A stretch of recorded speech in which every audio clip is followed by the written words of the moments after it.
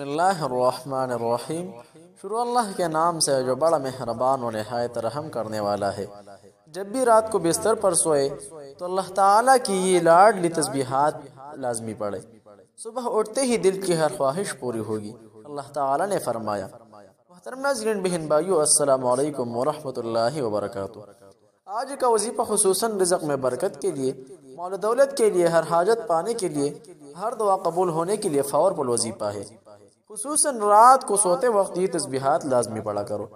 اتنا علم نصیب ہوگا اور جس قدر علم زیادہ ہوگا نیک عمل زیادہ ہوگا۔ حضرت عمر بن عبدالعزیز رحمہ اللہ کا ارشاد ہے کہ اللہ عز و جل کے ذکر میں زبان کا چلانا بہت اچھا اور خدا کی نعمتوں میں اور فکر کرنا افضل عبادت ہے۔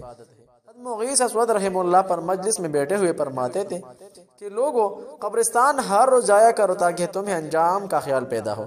پھر اپنے دل میں اس منظر کو حاضر کرو کہ تم خدا کے سامنے کھڑے ہو۔ پھر ایک جماعت کو جہنم میں لے جانے کا حکم ہوتا ہے اور ایک جماعت جنت میں جاتی ہے۔ اپنے دلوں کو اس پر متوجہ کرو اور اپنے بدن کو بھی وہی حاضر جان لو۔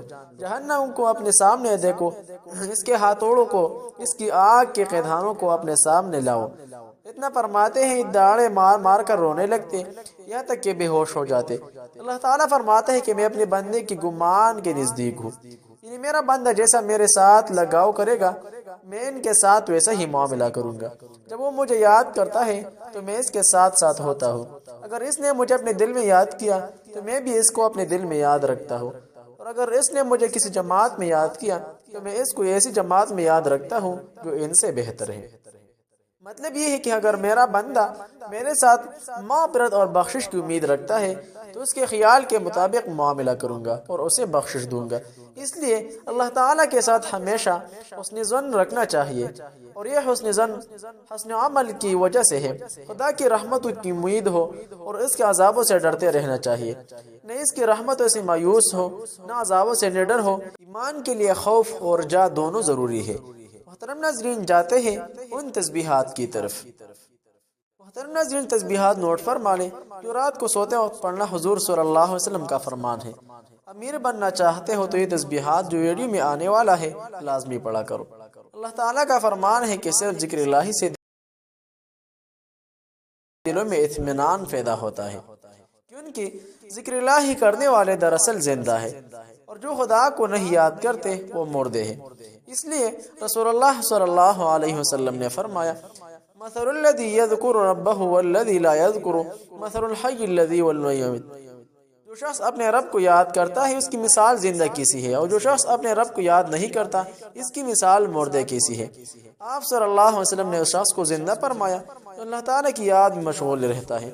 اس زندہ سے مراد زندہ دلی ہے جسے حقیقی اور دائمی زندگی سے سرفراز کیا جاتا ہے۔ بس ابدی حیات ذکر الہی اور یاد خدا ہی سے حاصل ہوتی ہے۔ جس شخص کا دل ذکر الہی سے یکسر خالی ہوگا وہ زندہ تو ہے لیکن اس کا دل مردہ ہے، اس لیے کہ اس کا اندر اس چیز کا بالکل فقدان ہے جو دل کو زندگی بخشتی ہے۔ در حقیقت انسان کی تمام مخلوقات طرف افضلیت اور اشرفیت محض اس اعتبار سے ہے کہ اس کے اندر معرفت الہی کے استعداد اور قابلیت درجہ عطا موجود ہے۔ یہ امتیاز اسے اس وقت حاصل ہو سکتا ہے جب وہ اپنے اسی استعداد اور صلاحیت کو کام میں لائے، اس کے بغیر اس کی روح بہیمیت کی علائشوں میں پھنس کر بالکل مردہ ہو جائے گی، جس کے نتیجے میں مقام بلند سے گر کر جانور کی طرح لازوال اور انحطاط کی آخری حد کو پہنچنے والوں میں سے ہو جائے گا۔ ذکر الہی سے دلوں کے اندر زندگی کے لہر دوڑ جاتی ہے اور اس اطمینان خاطر اور سکون قلب حاصل ہو جاتا ہے۔ اس لیے ذکر الہی کرنے والے مجاہد اور دیگر عبادات گزاروں سے افضل ہے۔ رسول اللہ صلی اللہ علیہ وسلم نے صحابہ کرام کو مخاطب کر کے فرمایا، کہ میں تمہیں تمہارے ان عملوں کو نہ بتاؤں جو تمہارے سب سے عملوں سے بہتر ہے، تو تمہارے مالک خدا کے نزدیک سب سے پاکیزہ تر ہے، اور تمہارے عملوں کے درجوں میں سب سے عملوں سے بلند درجے والے ہے، اور سونا چاندی کے خرچ کرنے سے بھی بہتر ہے، اور اس سے بھی بہتر ہے کہ تم اپنے دشمن سے ملو اور تم ان کی گردنوں کو مارو اور تمہاری گردنیں مارے، یعنی جہاد فی سبیل اللہ سے بہتر ہے۔ صحابہ کرام نے عرض کیا، ہاں فرمائیے۔ آپ صلی اللہ علیہ وسلم نے فرمایا، یاد الہی یعنی ذکر الہی سب عملوں سے حتیٰ کہ جہاد سے بھی افضل ہے۔ محترم ناظرین، تسبیحات والی وظیفہ نوٹ پر مارے، رات کو سوتے وقت یہ وظیفہ پڑھ کر سو جائے، انشاءاللہ راتوں رات امیر بننے کے لیے غیبی دروازے کھول جائے گا اور ڈھیروں خوشی اور مسرتیں پائیں گے۔